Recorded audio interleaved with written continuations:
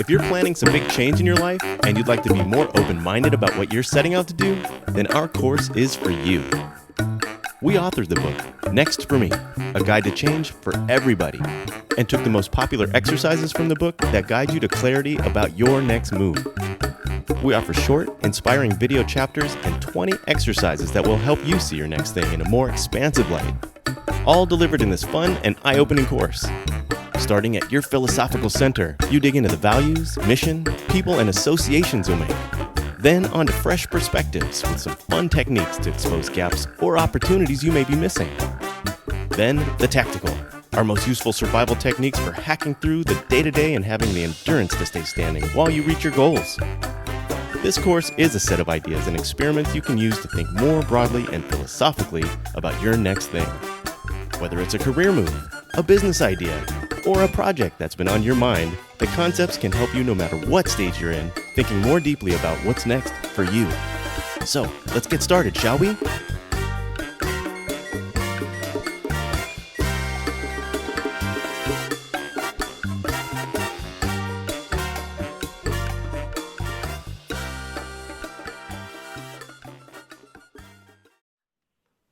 Let's do it. Okay, well then. Thank you everyone for coming. My name is Ashley Smith, but you can call me Smitty. I'm the head of marketing and communications at Finance of America Reverse, or better known as FAR. We exist to help people discover the joy that comes from accomplishing their goals in retirement. For a lot of people I've spoken with, there's a feeling or a desire to shift, but there's not always a clear picture. So that's why we're here with Jeff Tidwell and Carol McManus from Next for Me, going to take us through a visual mapping exercise covered in the book and walk us through to better define a personal vision for what comes next. So I'll begin by telling you a few things. One, this is a lot more fun if you get involved and ask some questions in the chat. And also, as Smitty said, she's got some paper and pens ready to go.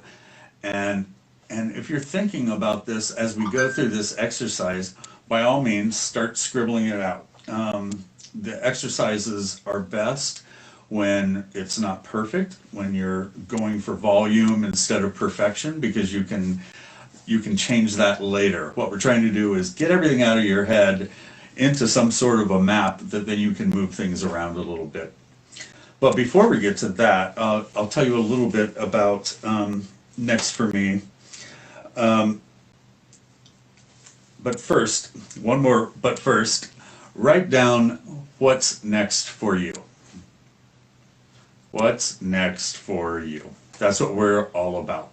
And let's see if that changes by the time we're done today. Maybe it will, maybe it won't.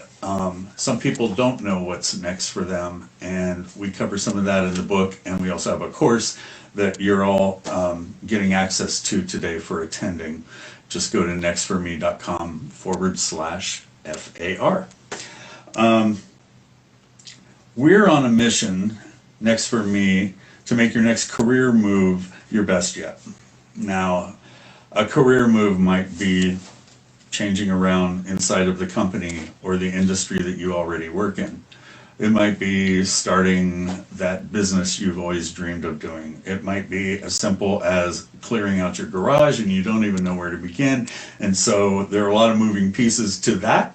So all these techniques work in a similar way, no matter if you're going very macro about your life in general and your career and what's next. And especially in these times, a lot of people are asking themselves these questions, or if it's something as simple as a project. So we use the terms startups, companies, projects, and all of those can work within this practice. So it's a lofty goal to help people through transitions, but as you're all finding out, we go through transitions a lot in our life, and all of that is speeding up a bit.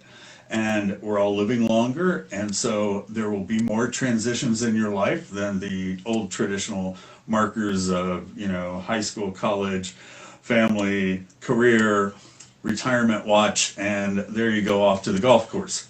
We're going to be around a lot longer. The money has to last a lot longer, and so we have to get comfortable in making transitions in this time that we live in. So today on Next for Me, we publish interviews, news, guides, books, and courses around these topics of change too. So if you want to follow up, that's where you can go. And now let's get into our book. It's called Next for Me, A Guide to Change for Everybody. Didn't start off this way.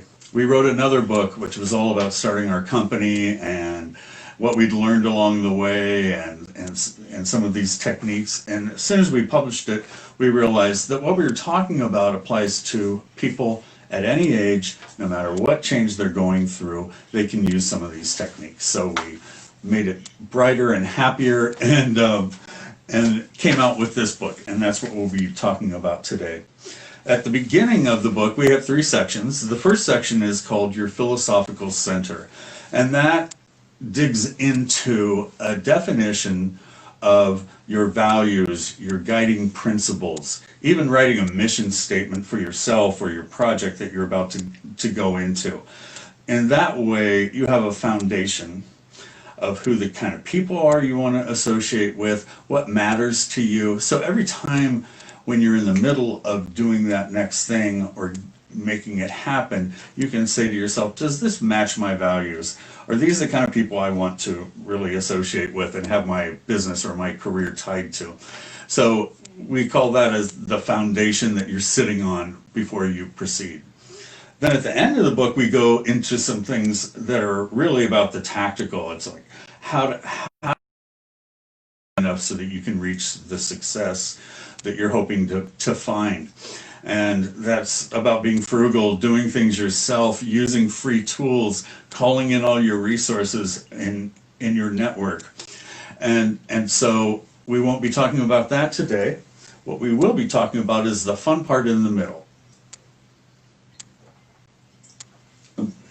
So let's say you have some idea of what you want to do, and it's not clear what all the pieces will be.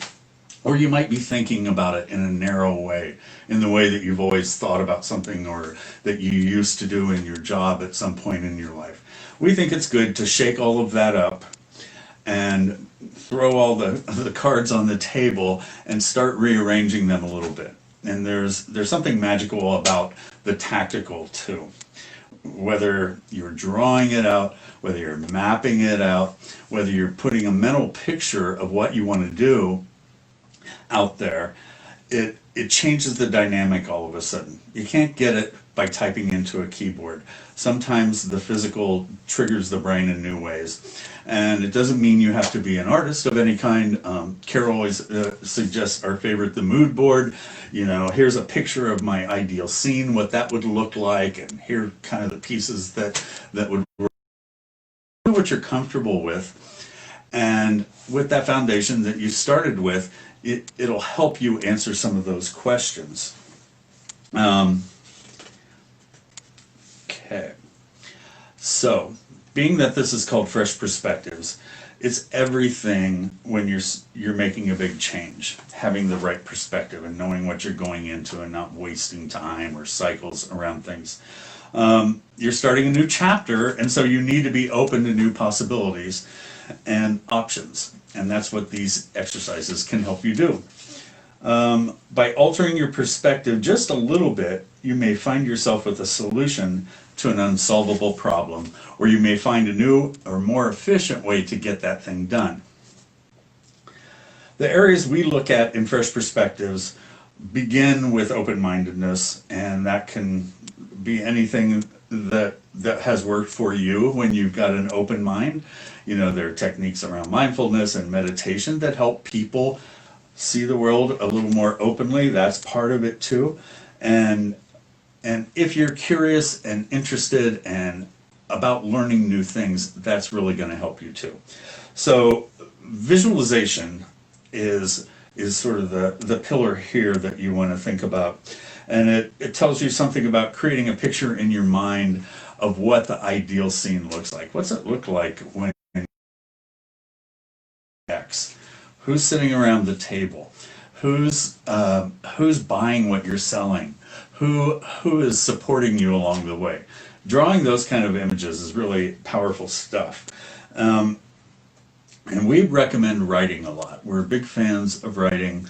The book came out of 53 columns that were in Forbes that I wrote the first year we started our company. And it was a very literal telling of what we were doing.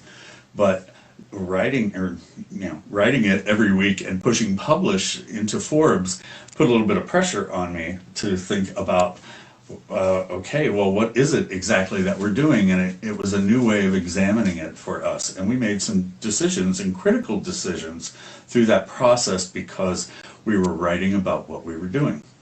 And in today's world, I won't go too far into this, it's a little off of the mapping, but writing is a very good thing to do if you want the world to know about what you're doing. Everybody can be a publisher today. There are a million places you can start writing. You can have your own blog. Any of those things is helpful, and that little added bit of pressure to push publish is always good too, and it makes you hit your deadlines and think a little more carefully about what you're putting out there. Another way is just drawing it out, and use stick figures if you want to, or do whatever you're comfortable with. Maybe it's a fun activity at home in some way with your family or the colleagues that you're hoping to work with in the next thing.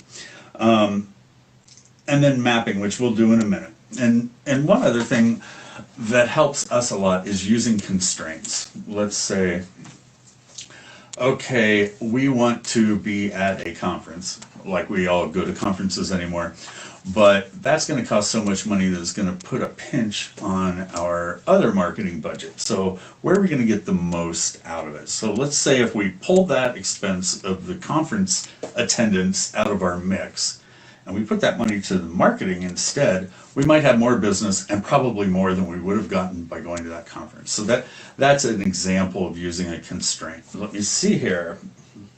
So mapping out the moving pieces and the various entities and their relationships to each other is a bird's eye view of what you're doing. Let me show you this. Here's a map that I threw together today that I know we can't see this very well at all, and I hope I'm within frame. In this case, and I like these sort of circular ones, you can do a hierarchy like a org chart if that's the way you think. But I like to throw a bunch of things on the table, maybe give them more weight as to what's most important or more important, at least you think so at this point. And in this case, it was called My New Thing. And the very important pillars around here are that I need a team, I need some technical support, I need administrative help, I have to sell it, and I have to market it. So I see I'm slightly out of frame. I'll move over here a little bit. And then from each of these main categories, you start to see the moving pieces around them. Here down on our team, we have a VP of sales, an intern, and a designer. In marketing over here, we publish Google ads to get people to come to our business. We try to get press so that people are talking about us out in the marketplace. And then we do our own publishing on a blog. And sales, maybe we go to conferences, we have email campaigns, we have professional organizations that we belong to, and then admin or things like finance, legal, office. Those things usually can't move too much. You can't ignore them, so those might get a little more weight than the others. And then on the tech, we have a website where we sell our stuff through, and we have a database that keeps track of it all, and then we need IT support, certainly for when the computers go down or we have to do a Facebook Live chat. So that's one example of of how you would do it. For us, we had a very strong mission, which I told you about, and then we were trying to do all these other things. We had live events, and we had books that we were publishing and doing different things like this. And we said, at the end of the day, we need to finance our company or keep it standing long enough. So maybe we remove some of these other things which are occupying our energy, or are taking more of our time and resources, and they'd be better applied somewhere else.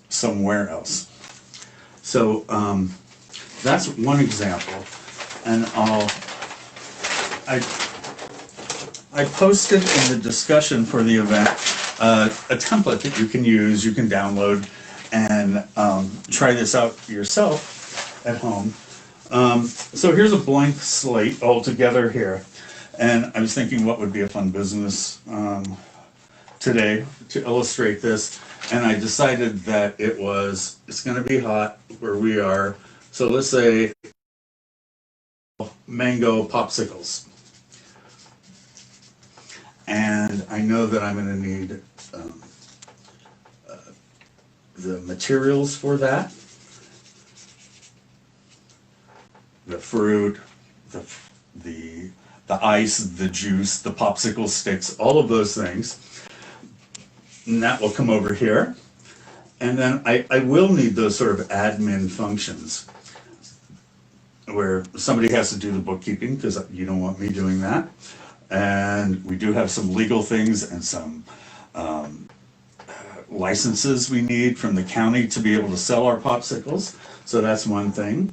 And then over here, let's say we're marketing them, and we're doing some similar things, which is maybe encourage people to give us ratings on Yelp in our community, or putting ads in different places around town, or maybe even posters if it's a very localized business. That's a fun way to do it. And then let's see what else. So then there's sales. Sales says, oh, get me into Whole Foods and I can sell more popsicles. And so that requires some, collateral, some cost for getting around to all of these meetings, or, Zoom meetings, if you will, and various other costs that equal sales. And then finally, let me see, what else would we need here? We have the food. We have, okay, so I would say infrastructure is maybe what we need here. We need freezers, and we need a truck to deliver them. And so here you have this very messy little image here. But what we can start doing is looking at it instead of being in the trenches, making our popsicles every day, driving them around, trying to get a meeting over here. Maybe we'd be better off if we added an intern or someone who could deliver these for us, and pay them, and that's an added cost. But what it might do would be free me up a little bit to go out and do more sales, because I'm better at that than driving around delivering stuff. So that would be one way where you would say, I'm going to pull my activity from that area of focus, find a way to make it good enough, and then double down on this, because the more sales we have, the more money we're going to make or buy more resources to get our popsicles out in the world and hire more people to deliver them. So that's one example. I'm starting a popsicle business, because if you are, I just did your work for you. There we go. So think of it in terms of, what is your goal in the center? What's your mission? I want to make healthy popsicles for the world. And what are the key things that must happen for you to be able to do that? And then you can get into the details of all of that. And then maybe you want to zoom in on the sales piece of it, because you see that as a new thing. So get a new piece of paper and draw out all of the elements that must be true for you to sell more. So it's a good exercise to be really honest with yourself about what you're doing. It might change your whole idea. It might say, oh my gosh, I didn't realize I had all of that and that would equal all of this money. Maybe I better start with a clean sheet of paper and do something smaller and then build to that over time there.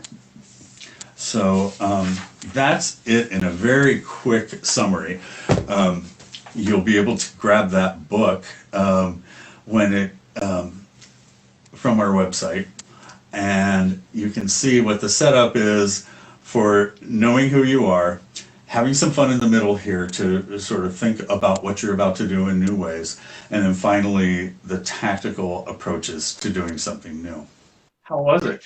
How was everything?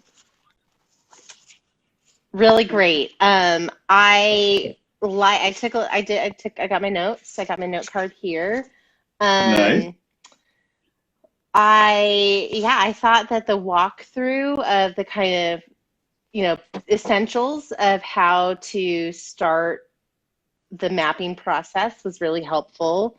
And I liked the overview of kind of the system of talking about the philosophical foundation that allows you to measure where you're at with relationships and kind of what's going on around you, and how this like fresh perspectives and visualization, that all kind of leads up to this mapping, and so I like a system, and so I like understanding how the map fits into kind of a larger exercise of how to start change in your life. So I thought that was awesome.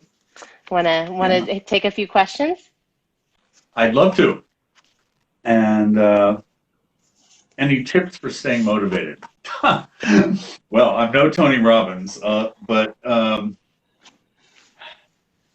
I don't know. Things are always harder than you think they will be, and they take longer than you think they will be, and they cost more. And so you have to, if your vision or your dream is big enough, and you believe in it strongly enough, you find ways to battle through those things. I mean, I know we have with our own company as well, and I mean, even something like publishing the book. I mean, the interface that we had to go through to get the book published was weeks longer than we thought it was going to take, and that's just one example. But we wanted to do it, and so we kept doing that. It helps, especially in these times when we're all spending a little too much time alone. And even if we're working for a big company or a small company like ours, we try to stay connected and make the time to talk to each other. And we all have Zoom fatigue, but we all need that boost, to run things against people, because these are different times, and so being alone so much or without that sort of professional interaction, it helps, even just to have an informal social gathering or something, helps a lot. So those things help us. Okay, thank you very much. And the next question is, let's go to this one. Retirement is such a big, complex topic. How do I decide which of my retirement dreams to put the most effort toward? Okay, this is easy. No, not really. But let's say you've got a couple, and you don't know much about the field. How can you go out and talk to somebody who's doing that thing that you think you want to do without spending all your savings or committing yourself completely until you have some sense of it? It's the old there's a book that's been around for a long time called What Color Is Your Parachute? And they recommend going out and talking to people who are doing that. And first of all, it's a great networking opportunity to meet people in your field or your new space, but also to get a sense of what it's like to be them. And maybe you end up not doing that at all because it sounds terrible, or maybe you've just made a really good connection with somebody who might get behind you and be helpful to you as you proceed. So, but I would say that. Okay. How can I involve my family in this type of exercise? Well, it's going to have an impact on them. And so keeping them in the loop as you go through it is a good idea. And you might just be exhausted at the end of the day and not want to talk about it anymore. But, put some family time aside and pull out the map and say, this is what it looks like. This is what I think the impact is going to be on our family in the coming year. What do you raise your hands if you think this is a big problem, and let's get through that. And that might be when you're putting some constraints on your plan and you have to increase something over here and say, I'm not going to work 14 hours a day. So how can I still succeed and have this time with my family?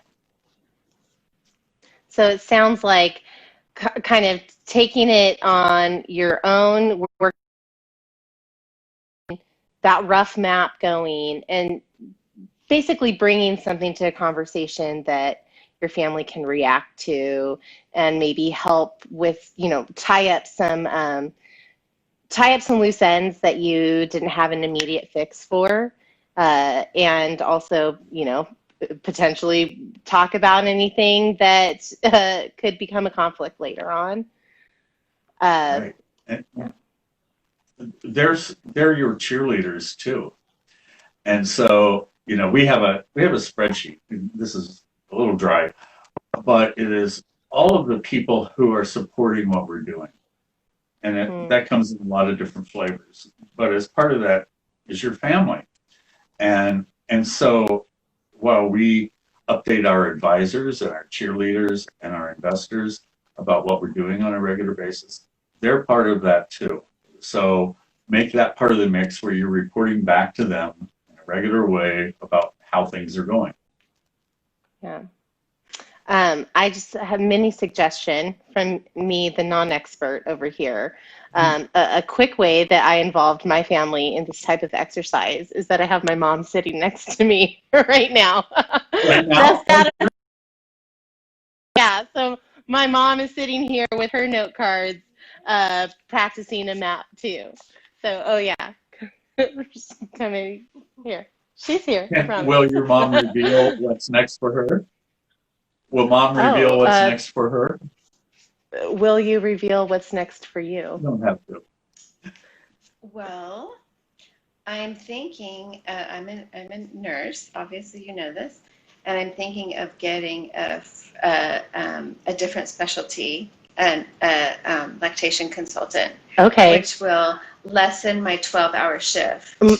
So I don't know if you could hear, my mother is a nurse, and she's thinking of getting an additional certification to transition to a slightly different role that will let her reduce her shifts from the 12-hour shifts that they currently are. That's It's just a little perfect bit physically easier. Okay, so let's keep on going down the list. Enroll in the course. Yeah. That's right. That's right. How can I track my goals over time? The next question. Yeah. So revisiting these sorts of things on a regular basis, get it down on a calendar, and important to the goals. And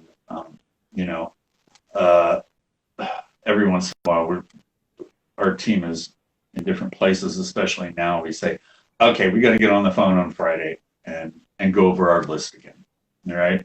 And we kind of know the areas of focus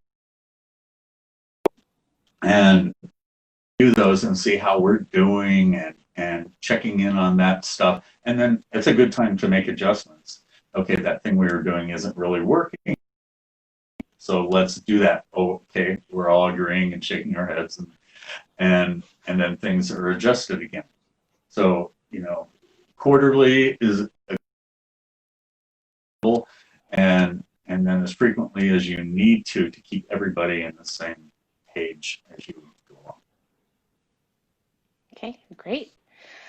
I really relate to this one. How do you know what to delegate and what to tackle on your own?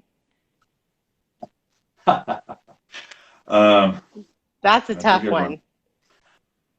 Yeah, it's about your resources. If you're looking at it at a higher level, this activity that I'm doing, I can get obsessed over visual things or how something looks in an ad or something like that, and it's not a game changer even. So you have to be true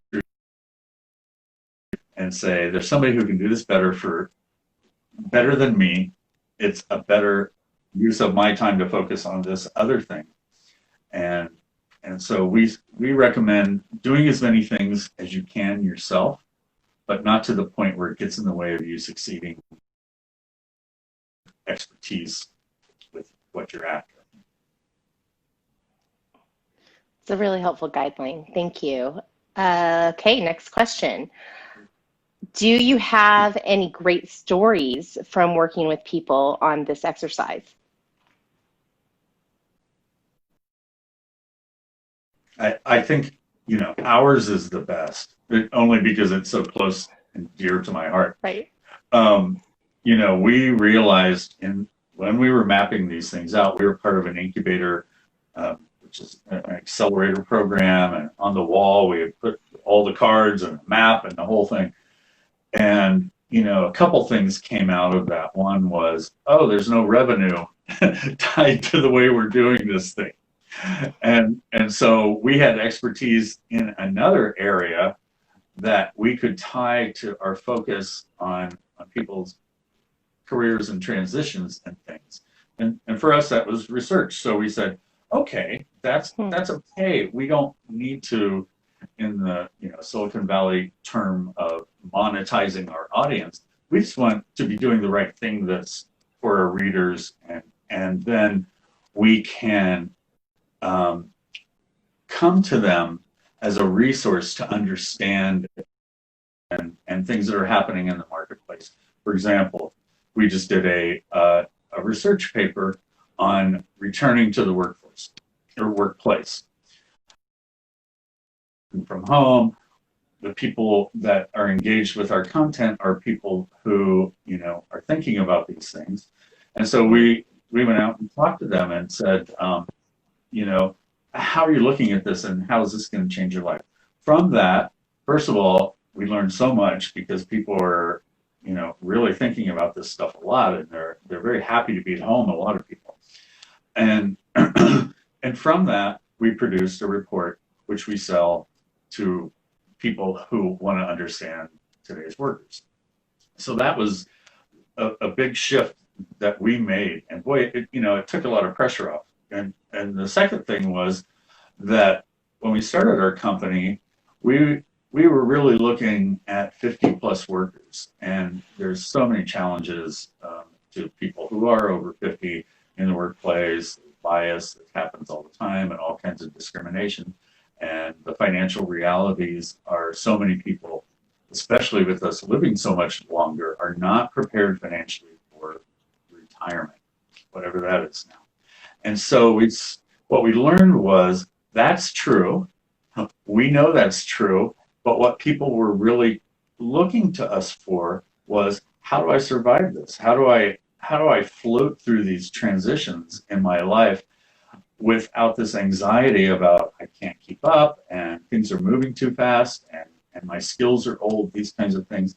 Really it gets down to, do you have a foundation for what's important to you, and what are those things that you might want to do that could tie to that, or that you find interesting. And then once that's in place, then you can do things like this and kind of sort through it all. That's wonderful. Thanks, Jeff. Okay, for our next one, I'm going to combine a couple of questions here. Let's see. Is it okay to have multiple projects and maps at once? And what happens if your goal, what if your goal shifts over time?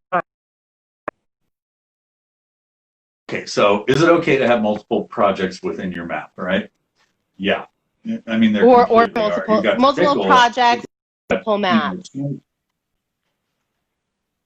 Yeah, and that's where not limiting your physical space when you're making these maps really helps. So, when we were in that office putting our index cards all over and trying to see the associations and things like that, then we take one of those cards and say, okay, this is a project all by itself. Needs a project plan, needs to know who's going to work on this, and that kind of thing. And so that spiders out from that little, node in the middle of your map. So yeah, you're always going to have more than you. That's why you review them all the time, so you don't have this same stuff, that isn't going anywhere, nudging you in the back of your head and saying, "I must keep up with this." Um, we I spent a lot of time with a guy named David Allen who wrote a book called Getting Things Done, which we talk about in our book a lot. And he recommends a weekly review of your projects at a high level. Guys, you really don't know what you don't know about, sort of. And so by reviewing stuff once a week and saying, okay, these are the things I'm going to have to do to make that true. Or maybe I'm just going to put that whole project away for now, and that's okay. At least it's not bugging me. But I put it somewhere so I can remember it when I need to. Okay, awesome. Yeah. Talking about kind of tips and just those kind of on-the-ground strategies for sticking with this, what are some of your favorite digital tools that you use to help keep you on track and motivated? Great. Wow, that's a lot, because we use a few tools. One fun one we've just come across is called Mira, M-I-R-A, and that's really a fun tool for all the mapping out and that sort of thing. I'm a list person, and I do follow that regular review of my projects and my higher level goals and all of that. And I have done it many different ways for years. One in a notebook with little tabs and all of that stuff. But most recently I've been using, I'm a Google fan, and so there's something called Keep, which is a series of lists you can add to, and you can add to it on mobile, and you can add to it on your laptop, and so it's sort of a fluid thing that you can see wherever you are in whatever context you're in. So I like that a lot, and that has been good for me. I try not to have too many notifications or those kinds of things. If I have that built-in regular review of what we're doing or what I'm doing, that takes care of it, and you don't have to feel like you need something to nudge you every once in a while, because once a week you're going to look at everything comprehensively. All right, very, very great, very helpful. Lots of kind of high ideas and very specific. So, I mean, I felt like this was wonderful. I think let's go ahead and wrap up our session here. Jeff, I want to thank you for your time. Thank you so much for sharing these really effective strategies with our community. Really appreciate that. Is there anything you want to close out with? Yeah, I would love to see you all taking our course. It's really easy. It's really fun. It's lightweight. And so, we're there, and we'll walk you through a lot of this stuff. And we have, a mechanism to do that regularly. And the system, just called Udemy, makes it easy to have communication going all the time. Again, you can sign up for all of that, get the book, sign up for the free course at nextforme.com/FAR. And this couldn't have been a more perfect audience. And I really love what you guys are doing and your attitude about taking care of the people that you work with, because that's important now more than ever. So thanks for having us.